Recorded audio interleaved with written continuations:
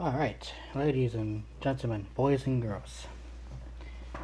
I did say I was going to make a full video on this, and here I am, fulfilling all my promise. Um, Game devs, right? I'm not even going to do the intro, the regular intro I used to do. So I'm going to jump right into it.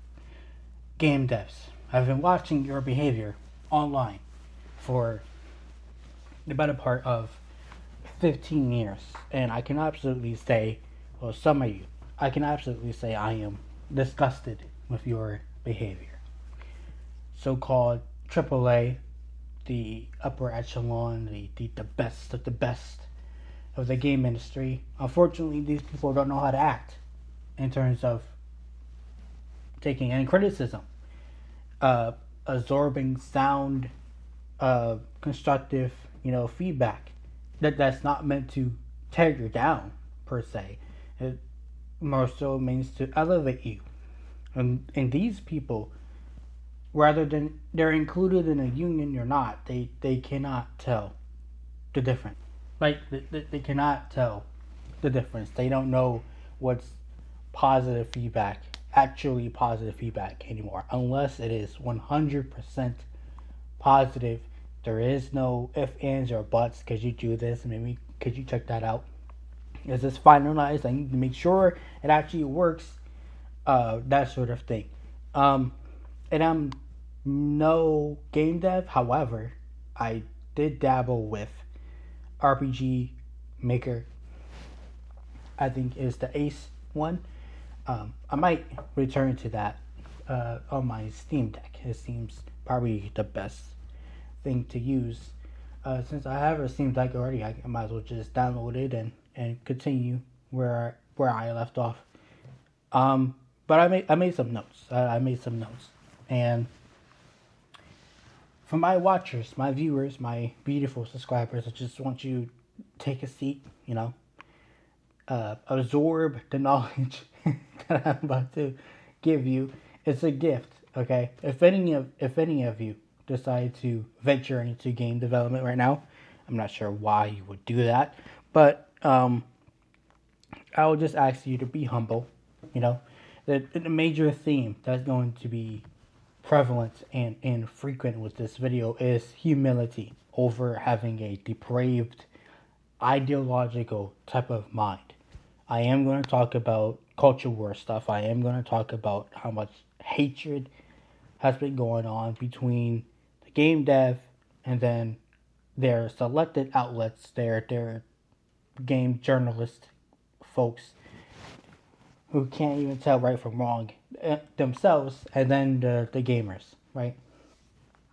And then I'm going to talk about gamers' authority, right? Since we're the ones who are going to GameStop in general, and we see these price tags, $60, $70, and then in some cases $80 with Nintendo games. We decide which one is successful and which one is not, which one is worthy of our time and which one is not. Apparently, these game devs don't like it. They don't, right? It's no longer about making a game. Is no longer about entertainment anymore. It's all about pushing agendas, that sort of thing, for a political side, rather than just making a good game. Just making something like Resident Evil 9.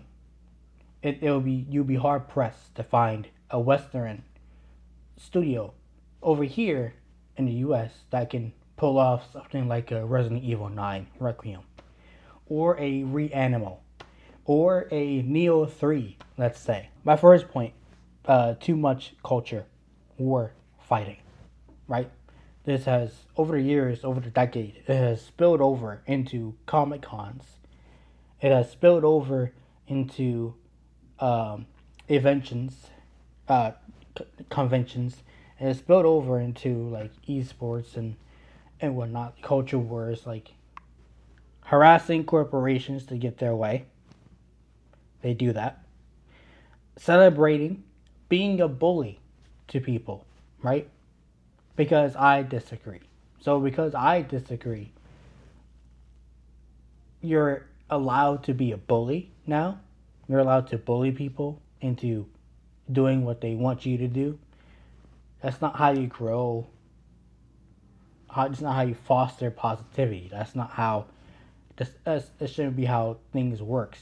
You know, if I want to make a dream team for game development, which you absolutely need, it would not be me sending emails to the investors. Give me this black person. Give me this female. Give me this voice actor who may be with Antifa or who may not be with Antifa, who may have a history of antagonizing people because they're conservative or they're libertarian. They can't tell the difference between the two. Even though there's a clear difference between conservative and libertarian, they cannot discern that for themselves. They refuse to learn from history and from history and humility. Basically, they can't talk like a normal person. They have to include their politics.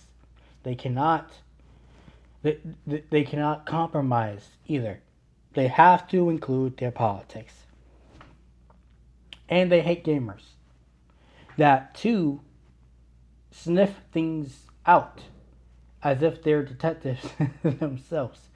Gamers are more clever, online people, I should say. But online gamers are more clever than people think, than game devs think, than corporations think.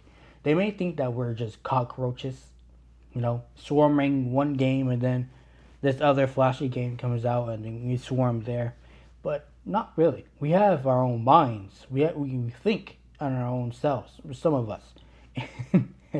and maybe I'm giving us too much of a compliment. However, I like to think that the average gamer knows what type of game that they want to play, what type of game they don't want to play, sort of thing. And I'm sorry, but most of you Western game devs put forth the worst looking type of games with the best equipment possible. How does that work? The quality is down here. It's right here. But then your tech, the stuff that you use, right? We have indie games coming out looking absolutely spectacular. But you're so ideologically inclined, the story is second, the mechanics is second, and all these type of things, and everything else just suffer, right? Especially with this most recent example, its most recent release, Xvado 1348 Lesbian Edition, whatever that is. They clearly didn't even want to make the game because it's so horrid to get through. I can't fathom this because they put the culture war first. They can't be sound-minded to think, maybe we should make this a fun game. Maybe we should make this a game that has life in it. And you have interesting non-playable characters or have some side quests going on. Let's make it a bit longer so that we can reward the player for staying with us, even if they agree with us or they don't. Or they don't. Right? Which I'm inclined to believe, based on the player numbers, most people don't agree that this game looks good, that this game looks fun. So, they're playing something else. They're playing something else. Me included. Right? Just saying. This next one, it's just 3 words, but you probably heard them all over the place. And you probably feel this as well. Like I said, in relationship to the game dev and the journalist and then the gamer, is hate, hate, hate. I put hate, hate, hate. That's 3 times. Hate, hate, hate 3 times because it's 3 parties that's hating each other in a way that shouldn't really be, right? You would think that the game dev is happy to make a game for the gamers. For gamers. Because they love this industry. They love to contribute to the industry. And they love to package their game in such a loving careful way, like Expedition 33, in which you can get the game physically or digitally, however way you get it, it is still a labor of love. It's not just a product.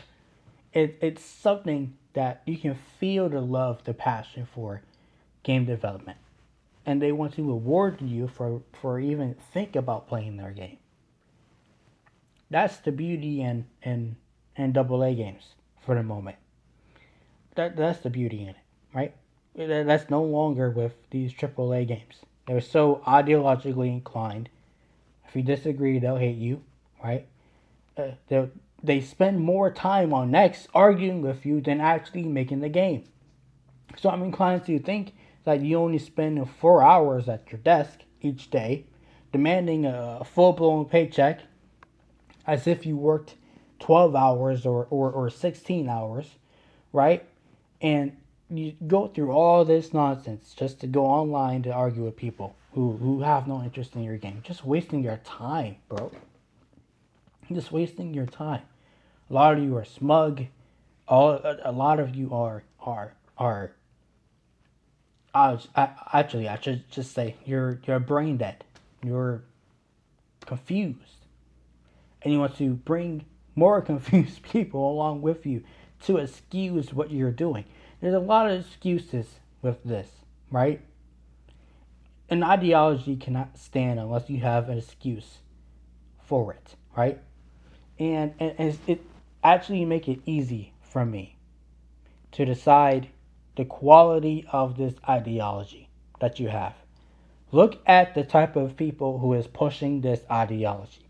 If they look insane, if they look mentally ill, if they look demented, or they're deforming themselves just to make the ideology look good, there's something wrong with that.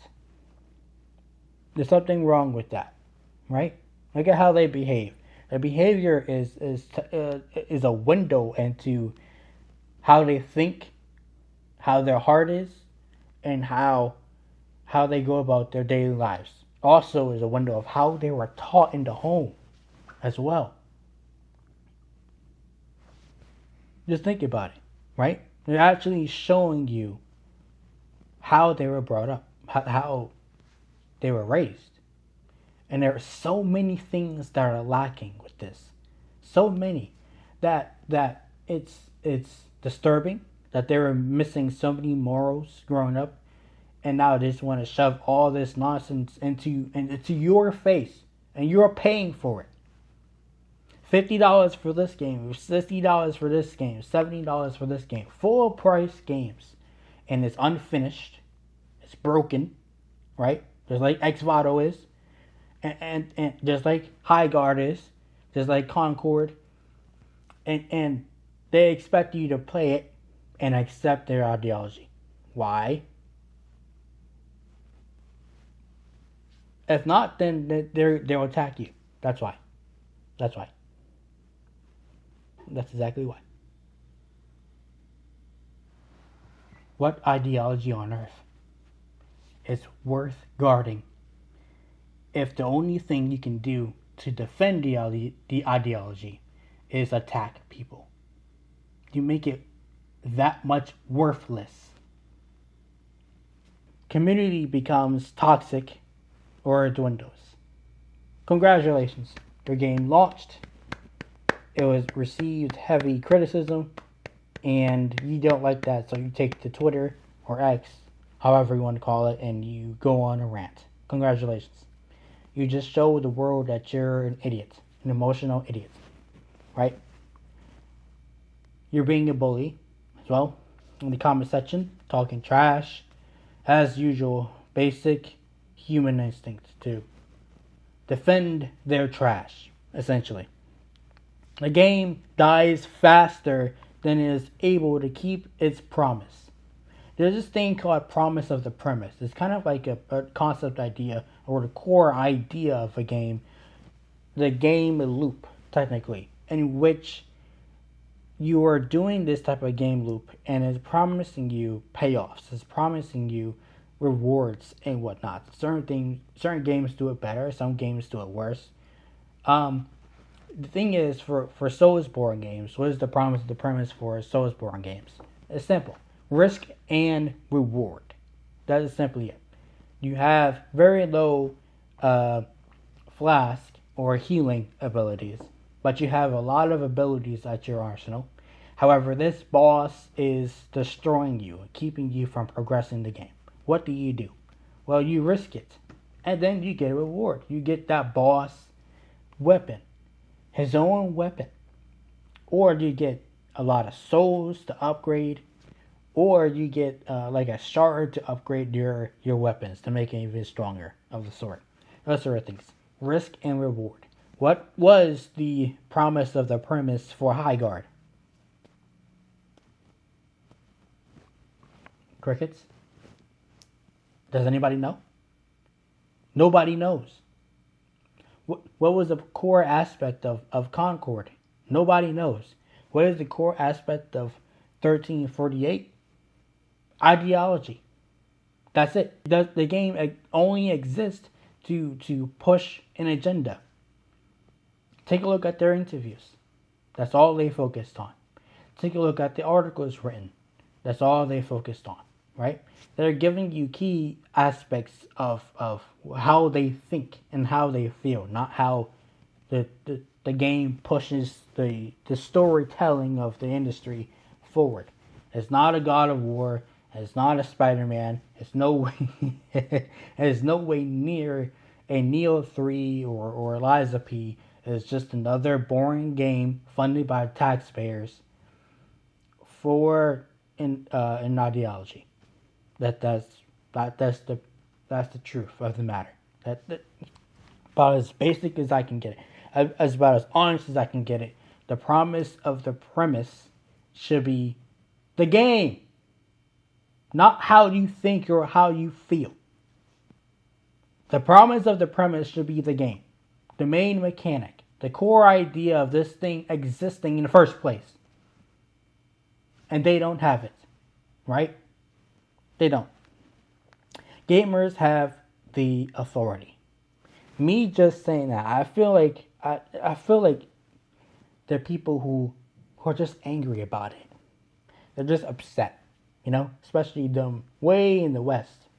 They don't like how much control us gamers have. So they have new unions for corporations. They have to suck up to corporations. But they send mean emails all day telling these corporations, you don't have DEI, this is going to happen to you, this is going to happen to you, this is going to happen to you. Essentially harassing the corporations to give up and do what they want. But when they do what they want, the gamers have the right to reject it. And this is when they don't like that at all. They don't like that at all. Every animal is $40. And your ideologically inclined game is $60. And I know if I play this game, is just essentially another way of the game that is telling me I'm wrong. I'm wrong to be conservative, or even though I'm libertarian, I'm wrong to be conservative and thinking and I should just accept things. And the dialogue is terrible. The story is written horribly, like a 12-year-old. The game looks horrendous, regardless being put on the best looking or the best capable, I should say, game engines to date, right? Oh goodness gracious, making the worst games with the best game engines. How is that even possible?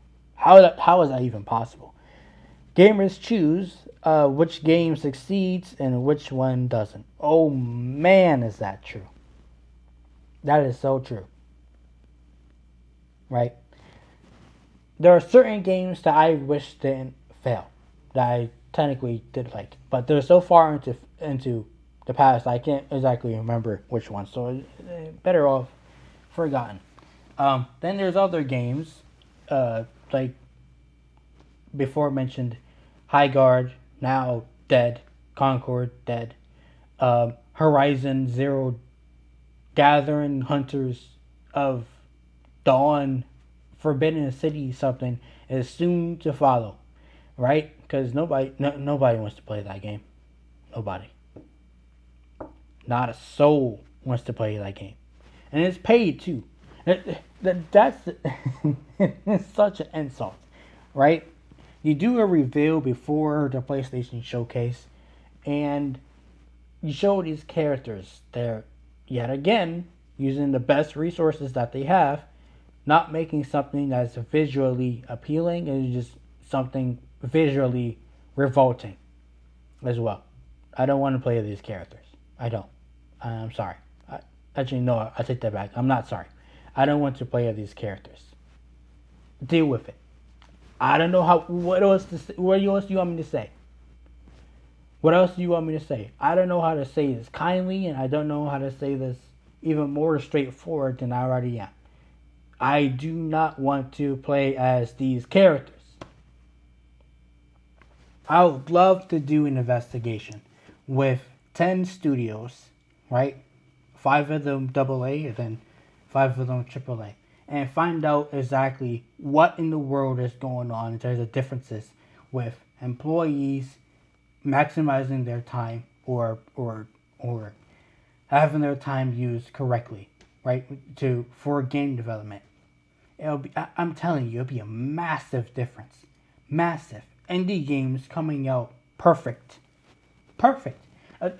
You have an offline game and it's mainly complete until a couple months down they want to throw in DLC or a celebration pack of sort or anniversary. Okay, yeah, fine. Sure, whatever. And then you have these AAA games that come out broken, unplayable at release. You can't even connect to the servers. You can't even get into a game, so you have to do a stupid tutorial. And then the game is dead within one Concord cycle. Let's just say that. Right? Enough is enough. No more of this behavior, game devs. Some of you are going to ignore this. Some of you are just going to make fun of me in the comments and whatnot. Cry about it.